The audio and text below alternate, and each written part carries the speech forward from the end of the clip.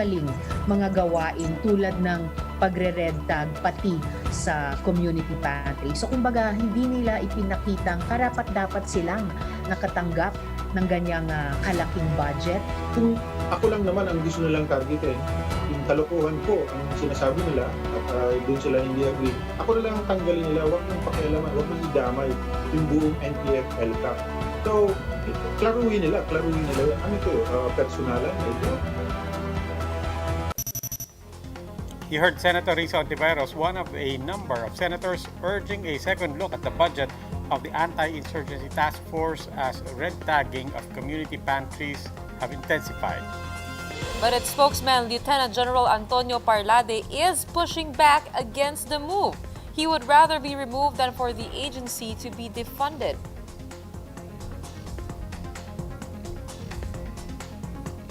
Good evening, I'm Gretchen Ho. And I'm Robbie Alampa. You're watching The Big Story. Let's start with several senators calling for the defunding of the NTF-ELCAC due to its spokesman's relentless red tagging. But for the Senate President, replacing and defanging NTF-ELCAC's problematic officials would suffice. Mayan Los Baños with The Big Story. Oh my! This was Senator Joel Villanueva's reaction after NTF-ELCAC spokesman Antonio Parlade likened community pantry initiator Patricia Non to Satan. Villanueva called on fellow lawmakers to defund the agency next year and use its 19 billion peso budget for the social amelioration program instead. Senator Win Gatchalian concurred, saying it's not worth spending hard-earned taxpayers' money on the agency. But for Parlade, it's better to just take him out of the task force. After all, he claimed that his spokesman's stint is pro bono. Parlade said his salary comes from being the Southern Luzon commander of the armed forces. Kung ako lang naman ang gusto nilang targetin, yung kalokohan ko ang sinasabi nila at doon sila hindi agree, ako na lang ang tanggalin nila, huwag nang pakialaman, huwag nang idamay yung buong NTF-ELCAC. Senator Kiko Pangilinan in a statement said Parlade must shut up as his baseless accusations tarnish AFP's prestigious image. But Parlade said only the president can tell him to do so. He even vowed to step down if proven that he's indeed giving the task force troubles. Senator in ex-Top Cop Ping Lacson, who has been defending the NTF-ELCAC budget, said Parlade's uncalled for statements may just make him budge. For Senate Minority Leader Franklin Drilon, there's no need for 2022 to defund NTF-ELCAC. Drilon urged President Duterte to take swift action. Senator Risa Ontiveros is also in favor of the move. In fact, Ontiveros wanted to abolish NTF-ELCAC altogether. Maling-maling mga gawain tulad ng pagre-red tag pati sa community pantry. So kumbaga hindi nila ipinakitang karapat-dapat silang nakatanggap ng ganyang kalaking budget. In reaction to the senator's call, Parlade said he's not worried at all. If the basis of the senators are the words they read in the slanted news of this media, like profiling, like red tagging, which we did not do, then by all means, okay, i-defund nila. But at the end of the day, sinong huhusga sa kanila? For Malacanang, the task force has a legitimate purpose. So sa akin po, hindi naman po justified yan. No? Hayaan natin gawin nila ang katungkulan nila. For Senate President Tito Soto, the NTF-ELCAC is inherently a good organization. Soto said erring officials should instead be replaced and defanged. Reporting for News 5, Mayan Los Baños, we are One News. With the anti-communist task force in hot water over its contentious stand on community pantries among several issues, just how likely would the drive to defund the group push through? Joining us this evening to share his insights, we have Senate President Vicente Tito Soto. Welcome to The Big Story, Tito Sen. Hi, Robbie. Good evening. Good evening, Gretchen, and good evening to everyone. Sir, mukhang malinaw naman. There are a lot of senators dismayed by recent events and in fact by past episodes also with the NTF-ELCAC. But how would you frame it right now, before we go to your own position? Is the issue, as far as the senators are concerned, is it about the NTF-ELCAC? Is it about its mandate? Or is it about General Parlade himself? It's perhaps about General Parlade and one or two members of the NTF-ELCAC. That's how I size it up. Because the NTF-ELCAC or the National Task Force to End Local Communist Armed Conflicts has been a very good program, a successful program that was not thought of by the previous administrations to end the conflicts with the NPA and other rebels. This is a very good program. And if there is, say, official or two that is not performing, was irresponsible, or not doing his job, or doing what is not acceptable to society, then remove him. Why end the program? It's like having a problem with a small portion of the house, and you're going to burn down the house, or rebuild the whole house. Let's look at the context of what the NTF-ELCAC is, because many of our countrymen probably are not really aware of what it's about. In the past, when the government or armed forces try to clean up a barangay in any of the provinces, any of the provinces in our country, after they clean it up out of the rebels will be back. It's the same thing. It's all over again. That's why it's being done now in 37 provinces. What we're doing, or what government is doing, after they clean it up, the ELCAC, NTF-ELCAC budget is used to build hospitals, schools, jobs, create jobs, industries, whatever is necessary to give to the area, so that they will no longer side with the communist rebels. That's what it's doing right now. So if there is one or two official that you, let's say, dislike or do not accept their thinking, or their perspective, then remove him, or remove him or her. Why remove the program? but, and then, of course, I don't blame the other senators for doing so. But there are members of the Senate and members of the legislature itself that are really against the NTF-ELCAC from the start. Okay, even during the time that we were said, discussing the budget. But that said, Senator, where do you stand? Do you agree with them that there is, as you said, one or two officials of the NTF-ELCAC who have been irresponsible, that have given people reason to call for their removal? Do you agree that you see such irresponsible acts? Yes, indeed. The pronouncements are unacceptable. And then, of course, marami sa mga kababayan natin ang nasasaktan sa mga sinasabi nila. And sometimes it is not validated. The information being given out is not validated, especially in the case of red tagging. So they have a reason to gripe. Okay. But not the NTF-ELCAC, not the program. Okay, now let's go to what you did call for. You said maybe a defanging. Ngayon, we are of course talking about General Parlade. I presume, and a lot of people I think would presume, that the other official here we might be referring to is Undersecretary Lorraine Badoy. Let's just put it out there. They have said, we're willing to step down on behalf of preserving the NTF-ELCAC if things can be proven against us, which is not really an offer to step down when you think about it. So the question, sir, is if they don't actually step down, and if they don't actually, if they are not actually removed, what would your recourse be to put in effect a defanging as you called for? That would mean that when I say defang, ang tingin ko kasi masyadong matindi ang pangil eh. Masyadong matatapang eh. Hindi ba? Sobra ang tapang eh. Pagka ganun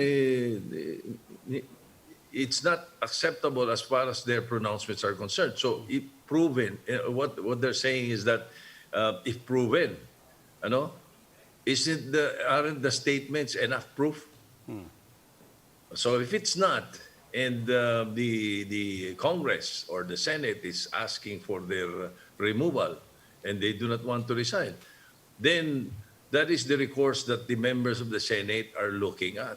Okay. Ba, tanggalin na lang natin ang programa, tanggal kayo. Ganun eh.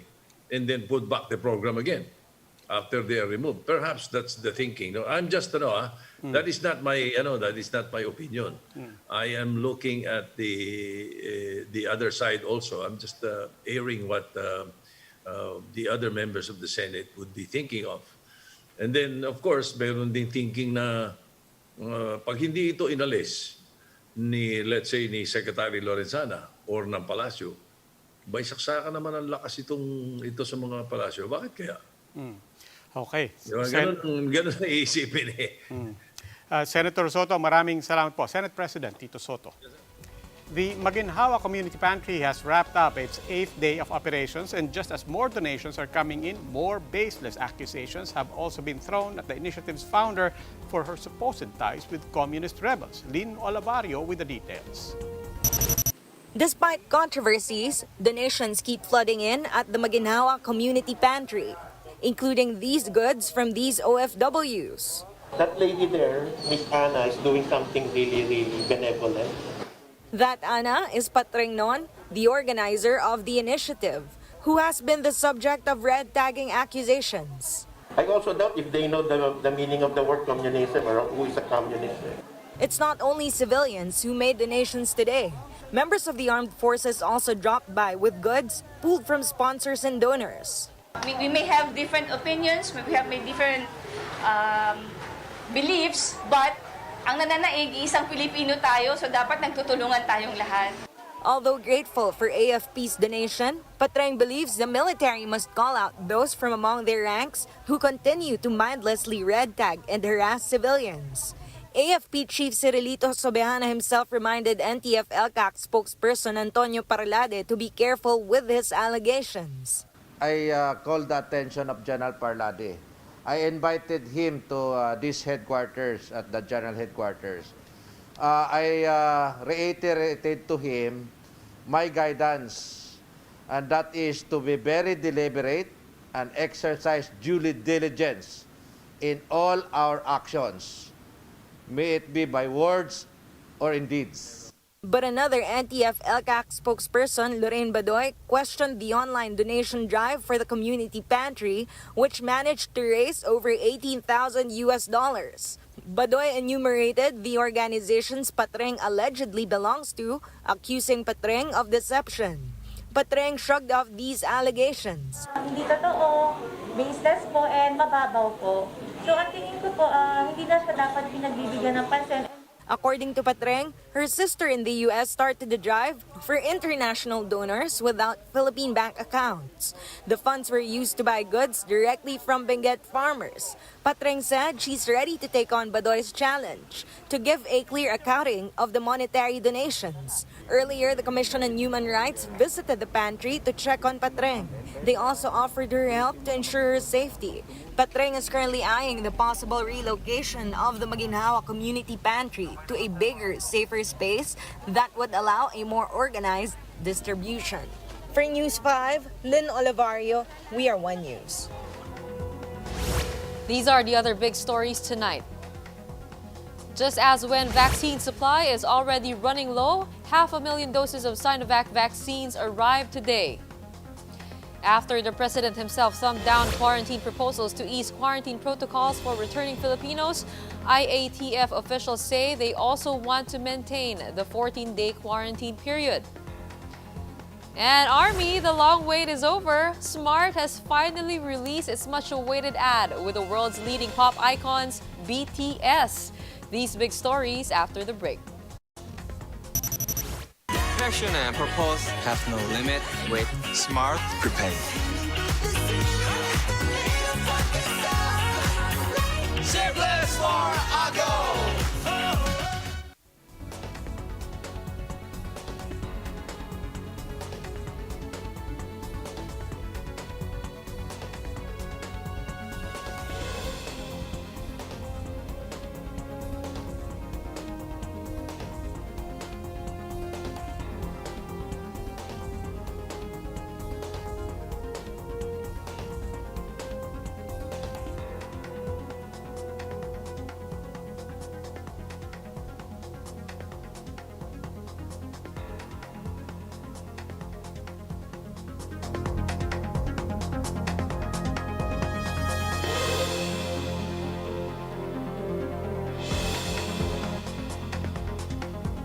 Good evening. You're still watching The Big Story. I'm Robbie Alampay.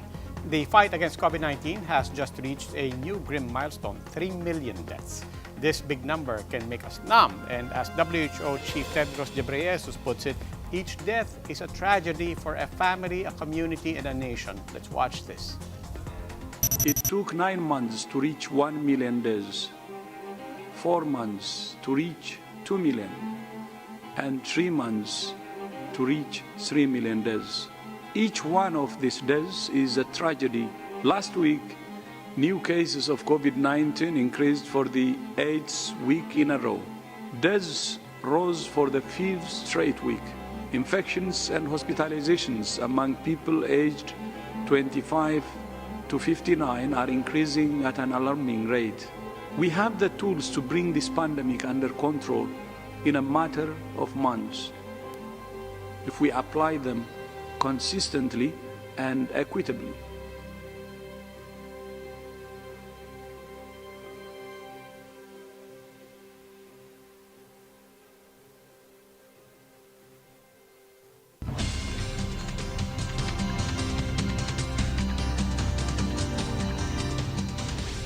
Time for our next look at some of the day's big stories.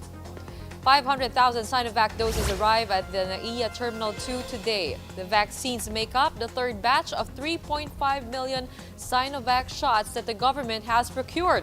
Another batch of 500,000 doses is expected to be delivered by April 29. Top IATF officials are all for keeping the status quo on arriving OFWs. This comes after President Duterte himself said last night that he was not comfortable with easing quarantine protocols for OFWs.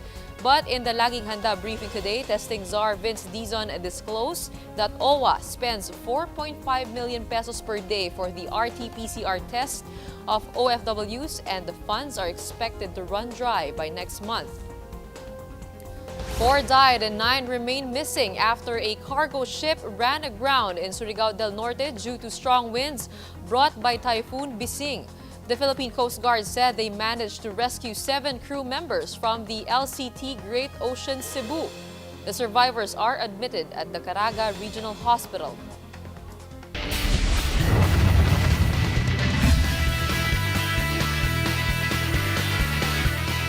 For the big story in sports, Hidilyn Diaz formalized her entry into the Tokyo 2020 Olympics after participating in the Asian Weightlifting Championships in Tashkent, Uzbekistan.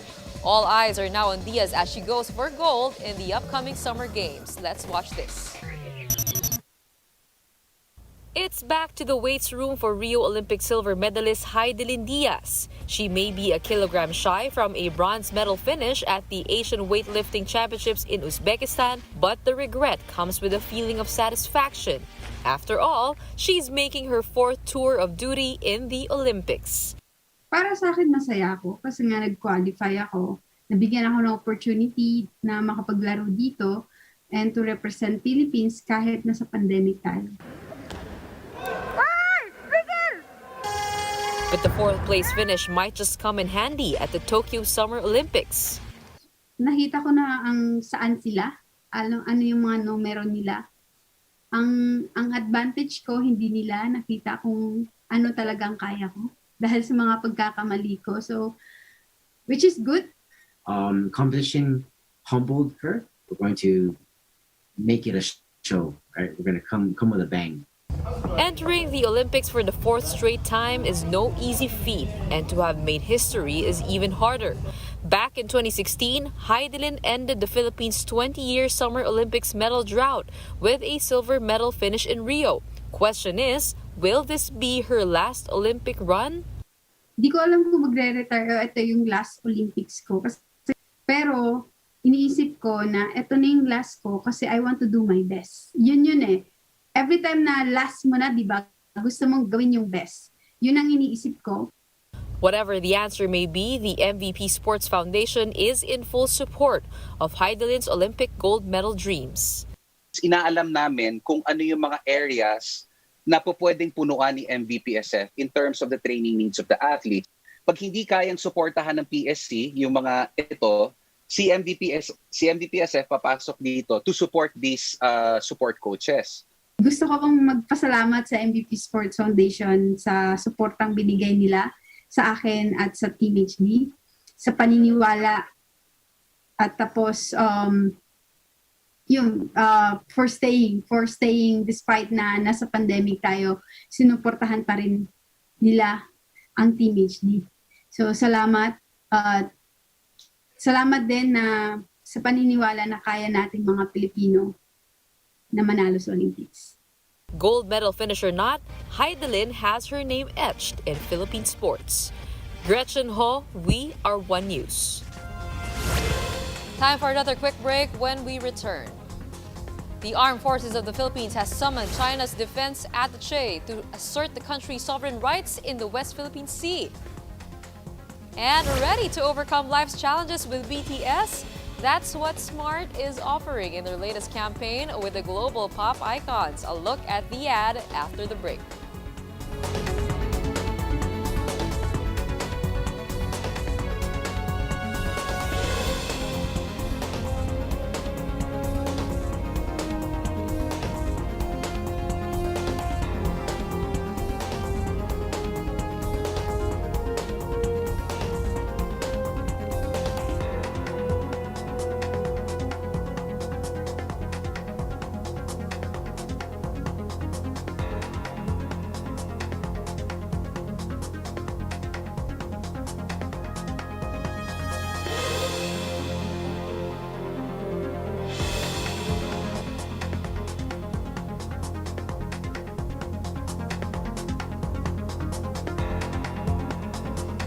Good evening, I'm Robbie Alampay. You're still watching The Big Story. Armed Forces Chief General Cirilito Sobihana summoned China's defense attaché last week to assert the Philippines' rights over the West Philippine Sea. The government has been increasing its rhetoric and deployments, but is this enough? Giving us his insights on this issue, One News defense editor Manny Mugato joins us tonight. Manny, welcome. Manny, apart from the diplomatic protest, what is government doing to protect our national interests in the West Philippine Sea? Robbie, we are now matching rhetorics with actions by sending more patrol vessels.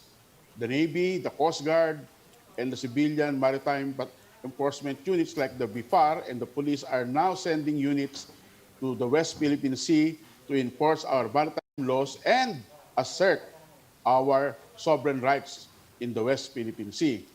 And the government, the National Task Force on West Philippine Sea, also unveiled a 9 billion program for maritime protection and military to construct structures in the 9 areas that we are occupying in the Spratlys.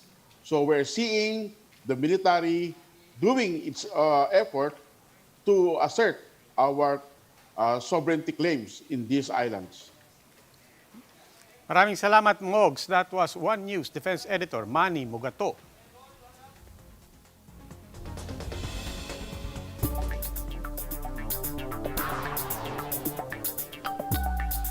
Let's take a look at the biggest stories on print and online. From the Philippine Star, Manila may have the lowest average net salary among Southeast Asian cities at 18,900 pesos, but it is also the third most expensive city in the region in terms of cost of living. According to iPrice Group, living in Manila costs an average of 50,800 pesos per month.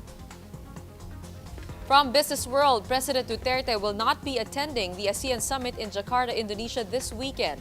Presidential spokesperson Harry Roque says this is because of the face-to-face requirements of the state leaders meeting. Foreign Affairs Secretary Teddy Locsin will instead represent the country. And this from News 5, there may soon be Filipino-made ventilators in COVID-19 hospitals and facilities. This comes as the healthcare system continues to grapple with the COVID-19 spread. The Department of Science and Technology said 3 groups made the ventilators and the prototypes passed their functional and safety requirements.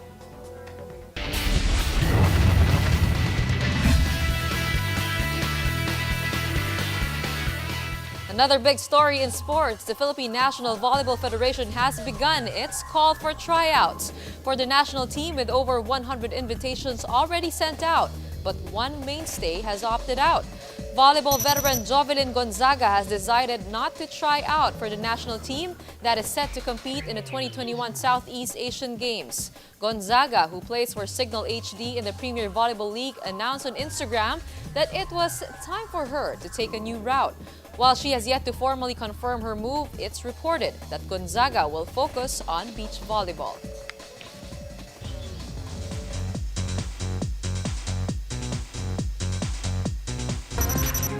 Smart will be in the stars tonight. It has finally launched its campaign with the world's leading pop icon, BTS. The much-awaited campaign, filmed in Seoul at the height of the lockdown, aired simultaneously across 14 smart sites in the country. It was set to BTS hit Life Goes On.